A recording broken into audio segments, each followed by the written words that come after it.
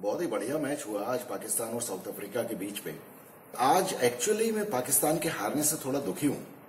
आप लोगों में से जो लोग भी रेगुलर व्यूअर्स हैं उन लोगों को थोड़ा ताज्जुब हो रहा होगा, लेकिन ये बात सही है।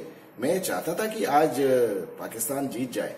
एक्चुअली क्या है, साउथ अफ्रीका थोड़ी वैसे भी हमको फाइट देने के मूड में दिख रही है और हमारे बराबर चल रही है। दूसरी बात यह है कि पाकिस्तान अगर टूर्नामेंट से बाहर हो जाएगा तो फिर हम गाली किसको देंगे और हम मजे किसके लेंगे। इनको हर मैच में हम जलील होता हुआ कैसे देखेंगे अगर ये अभी से ही वर्ल्ड कप से बाहर हो जाएंगे। तो क्या है कि जब कारवां चलता है ना, तो पीछे भौंकने वाले कुत्ते भी कुछ होने चाहिए जो इस उम्मीद में रहते हैं कि उनको कुछ रोटी मिल जाएगी। तो अगर अब जैसे 6 मैच में से ये 4 हार गए नालायक लोग, अब प्रैक्टिकली तो इनका वर्ल्ड कप खत्म ही है, क्योंकि अब बाकी है 3 मैच जीत भी जाएंगे तो ये मैक्सिमम 10 पॉइंट्स पे पहुंच पाएंगे। और उसमें क्या होगा इनका, देखिए एक मैं सिनारियो आपको बताता हूं। अब साउथ अफ्रीका ने 6 मैच खेल लिए हैं, उसके 10 पॉइंट है, उसको 3 ही मैच खेलने हैं। तो जो भी टीम 12 पॉइंट्स पे पहुंच जाएगी तो वो सेमीफाइनल के लिए क्वालिफाई कर जाएगी। अब उसमें इंडिया है, इंडिया के 5 मैच में 5 जीतने के साथ 10 पॉइंट्स हैं। तो अभी इंडिया को 4 मैचेस खेलने हैं और इंडिया तो लग रहा है कि अपने बाकी सारे मैचेस भी जीत जाएगी। एक आध अगर हार भी जाती है तो भी इंडिया के 16 पॉइंट्स हो जाएंगे। इंडिया को तो खैर किसी से भी कोई थ्रेट नहीं है। फिर उसके बाद न्यूजीलैंड 5 मैचों में 8 पॉइंट्स हैं, अभी उसके 4 मैच बाकी हैं और 4 में से उसने 3 जीतने हैं, तो 3 जीत के 8 और 6 14 पॉइंट्स उसके हो जाएंगे। फिर बचती है चौथी टीम ऑस्ट्रेलिया। ऑस्ट्रेलिया इन बाकी बची हुई टीमों में से अभी भी चौथे नंबर पे है और उसके भी 5 ही मैच हुए हैं और 5 में से उसके 3 मैच जीत के 6 पॉइंट्स हैं। अगले जो 4 मैच हैं उसमें उसका 1 मैच न्यूजीलैंड से है। अब वो मान लीजिए न्यूजीलैंड से हार भी जाती है तो बाकी 3 मैच जीत के वो 6 और 6 12 पॉइंट से आज आगे आ जाएगी। अब अगर ये भिखारिस्तान अपने बाकी 3 पूरे मैचेस जीत भी लेता है तो इनके मैक्सिमम 10 पॉइंट्स हो पाएंगे, तो ये किसी भी हालत में अब सेमीफाइनल में नहीं पहुंच सकते। तो मुझे तो ऐसा लगता है कि अभी देखिए आज ये कितने मैचेस हुए हैं। आज ये साउथ अफ्रीका और पाकिस्तान का 26वां मैच था। अभी लीग स्टेज के 19 मैचेस और बाकी हैं और मुझे लगता है कि 4 सेमीफाइनलिस्ट हमको मिल चुके हैं।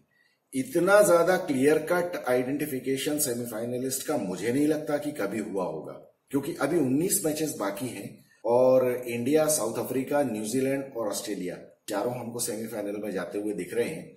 अब कोई ये आर्ग्यू कर सकता है कि श्रीलंका ने भी 5 में से 3 मैच जीते हैं तो ये इनके, लेकिन अब उनके साथ भी प्रॉब्लम वही है कि श्रीलंका के भी अभी बहुत स्ट्रांग मैचेस बाकी हैं। श्रीलंका का भी न्यूजीलैंड से बाकी है, इंडिया से बाकी है, तो ये इनका क्या बनने वाला है ये भी मुझे नहीं लगता। ये ठीक है, खेल ठीक रहे हैं ये बच्चे, लेकिन एक बात मैं जरूर कहूं श्रीलंका के साथ कि ये टीम अगले वर्ल्ड कप में बहुत ज्यादा स्ट्रांग टीम बन के आने वाली है, क्योंकि ये अभी भी इनके जो यंगस्टर्स से जो टीम बनी हुई है ये काफी अच्छा खेल रहे हैं। इनको बस एक्सपीरियंस की कमी है।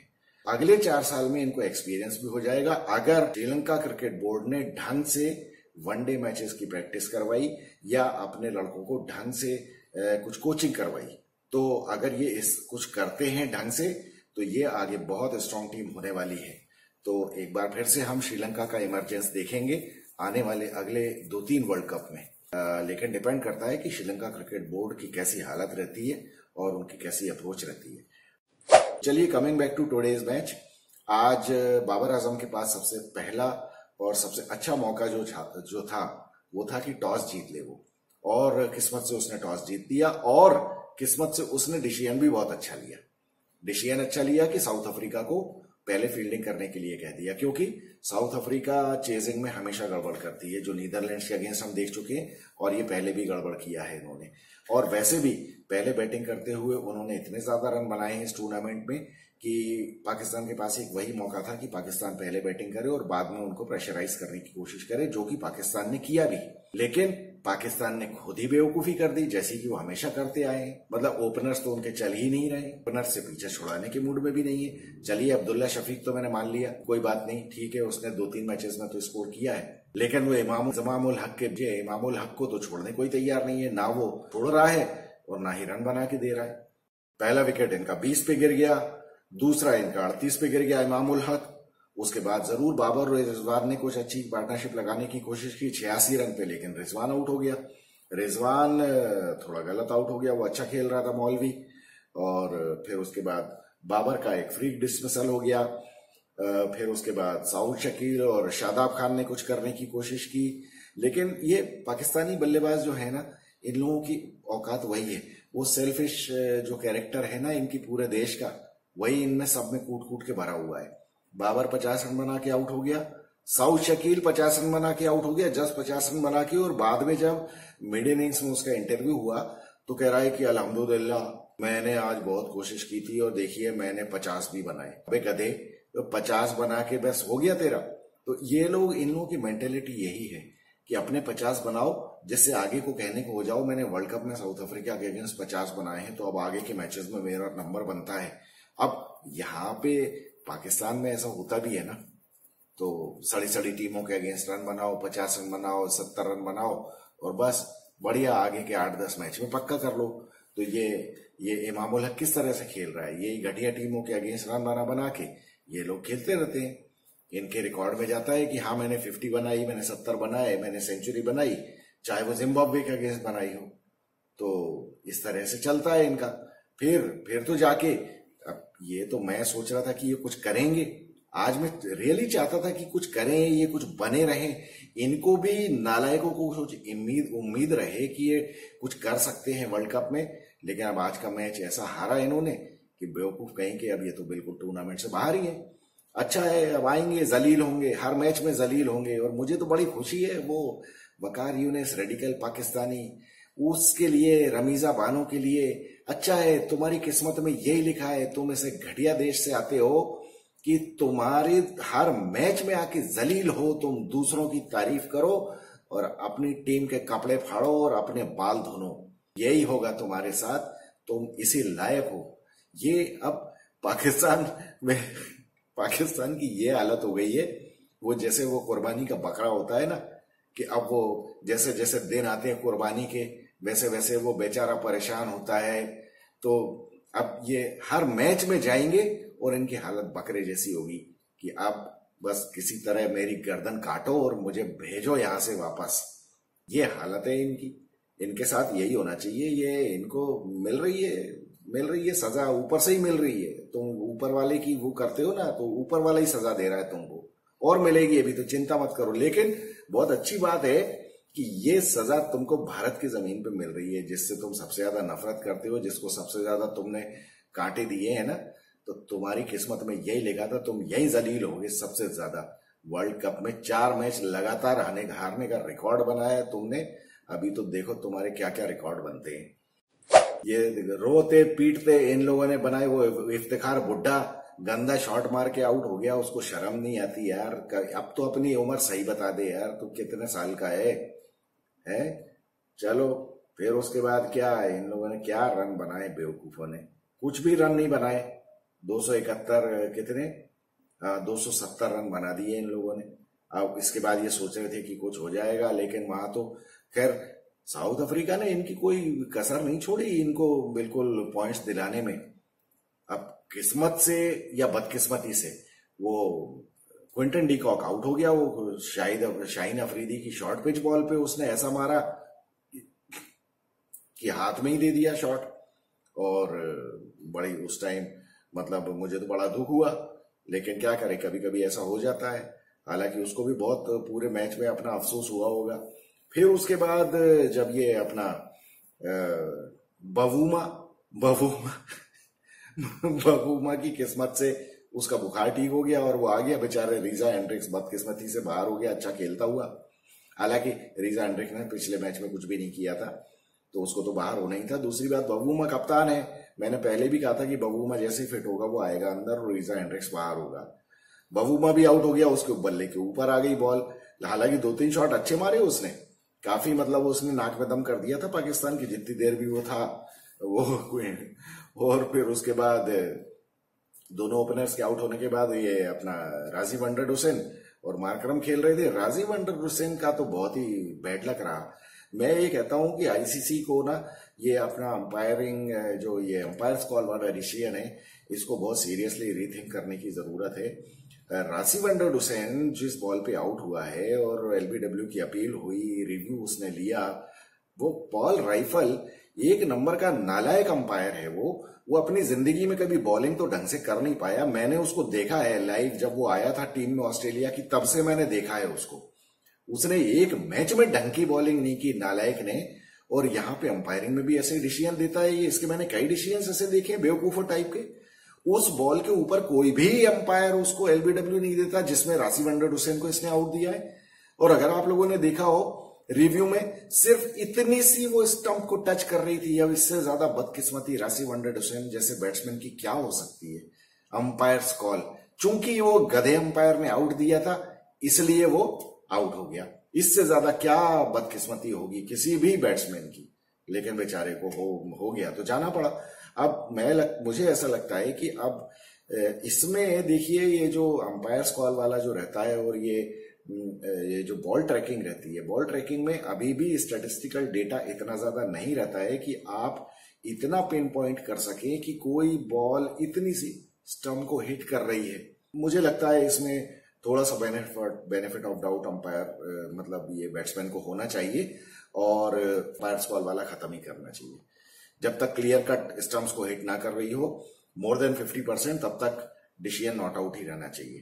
तो ये तो बहुत ही ज्यादा गलत है अंपायर, मतलब ये बॉलर्स के फेवर में है ये, और बैट्समैन के बेचारों के बहुत। बैट्समैन को देखिए एक ही बॉल लगती है आउट होने के लिए, बॉलर के पास तो फिर भी बहुत सारे मौके होते हैं।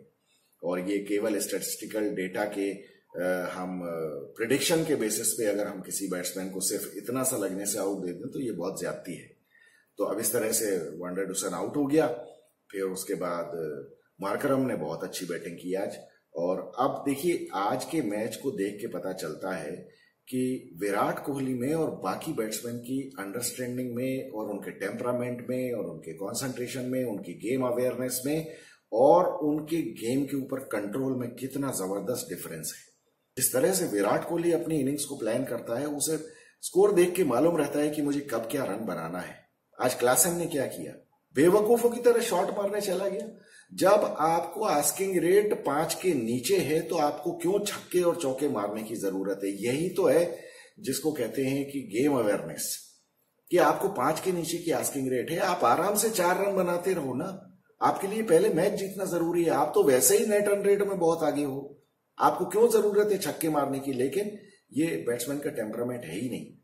तो यही फर्क है जो विराट कोहली को एक बड़ा बैट्समैन बनाता है कि वनडे में या T20 में जब उसे मालूम रहता है कि टारगेट ये है, फिर वो अपनी इनिंग्स उस हिसाब से प्लान कर लेता है। और इस मामले में वो बाकी बैट्समैन से 10 क्या 100 कदम आगे है।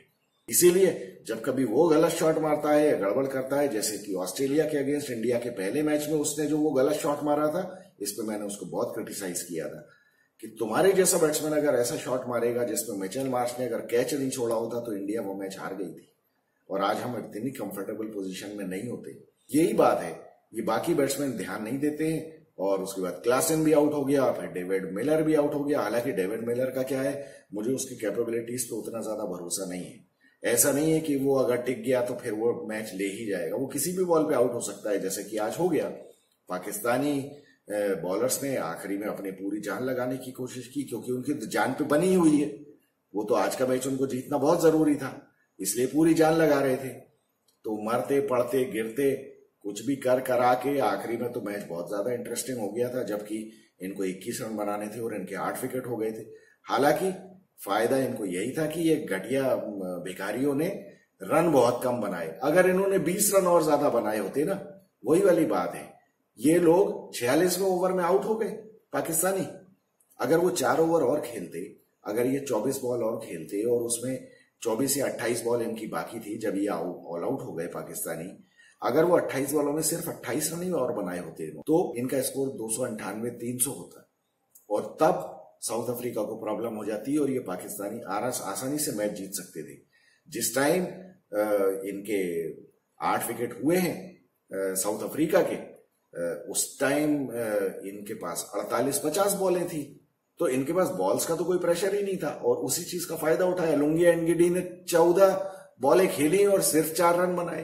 ऐसे ही तबरेज शमसी ने 8 बॉलें खेली और उसने 4 रन बनाए। महाराज ने 21 बॉलें खेली, उसने 7 रन बनाए और वो लोग हीरो बन गए, क्योंकि उनके पास बॉल्स का कोई प्रेशर नहीं था, बॉल्स का कोई टेंशन था ही नहीं उनको। इस वजह से Pakistan have got themselves to blame. तो उसमें कोई कुछ नहीं कर सकता, तुम्हारी अपनी करतूतें हैं जिनके फल तुम भुगत रहे हो पापियों। अभी तो भुगतोगे अभी अगले 3 मैच में और जलील होना है तुमको। तो कुल मिला के मैच तो बहुत मजेदार हुआ। ये वर्ल्ड कप का पहला मैच था जो कि थोड़ा सा फाइटिंग हुआ, नेल बाइटिंग हुआ, बहुत ज्यादा क्लोज गया। और अब मुझे लगता है कि मैचेस इसी तरह के होंगे। तो हालांकि इंडिया के मैचेस मुझे नहीं लगता कि क्लोज होंगे, कोई टीम इंडिया के क्लोज आ नहीं सकती है, और अगर इंडिया हारेगी भी एक आध मैच तो मार्जिन से ही हार जाएगी। तो देखते हैं कि अभी क्या होता है। कल 2 मैचेस हैं। कल का पहला मैच तो बहुत मजेदार है, धर्मशाला में न्यूजीलैंड और ऑस्ट्रेलिया के बीच में। तो देखते हैं क्या होता है, कौन बाजी मारता है, क्योंकि अब दोनों टीमें फॉर्म में तो हैं। हालांकि न्यूजीलैंड इंडिया से हारी हुई है और ऑस्ट्रेलिया अभी 2-3 मैच जीत के आ रही है। तो अब देखते हैं कि क्या होता है, और मैच मजेदार होगा। दिन का मैच है तो शुरू में पहले जो टीम बॉलिंग करेगी उसको थोड़ा सा फायदा हो सकता है। तो मुझे लगता है कि टॉस जीतने के बाद पहले बॉलिंग करना पसंद करेगी, सुबह के मॉइस्चर का फायदा उठाने की, क्योंकि उसके बाद में बैटिंग करना आसान हो जाएगा धूप निकलने के बाद, अगर धूप निकलती है तो। और अगर धूप नहीं निकली तो फिर दोनों के लिए बराबर रहेगा। लेकिन मुझे लगता है कि दिन में तो धूप निकलेगी। बाकी जो दोपहर का मैच है वो तो बांग्लादेश और नीदरलैंड्स के बीच में है। तो देखते हैं बांग्लादेश क्या करता है और नीदरलैंड क्या करता है। तो कुल मिला के मुझे लगता है कि सेमीफाइनलिस्ट तो हमें मिल गए हैं। अब बाकी टीमें कैसे लड़ती मरती हैं आपस में, या ऑस्ट्रेलिया और अब जो न्यूजीलैंड, तो खैर न्यूजीलैंड भी स्ट्रांग पोजीशन में, तो अब ऑस्ट्रेलिया किस तरह से अपनी पोजीशन को बना के रखती है ये ऑस्ट्रेलिया के ऊपर है। तो मिलेंगे कल के मैच के बाद। I am Vikas Saxena, the biased journalist. Thank you so much.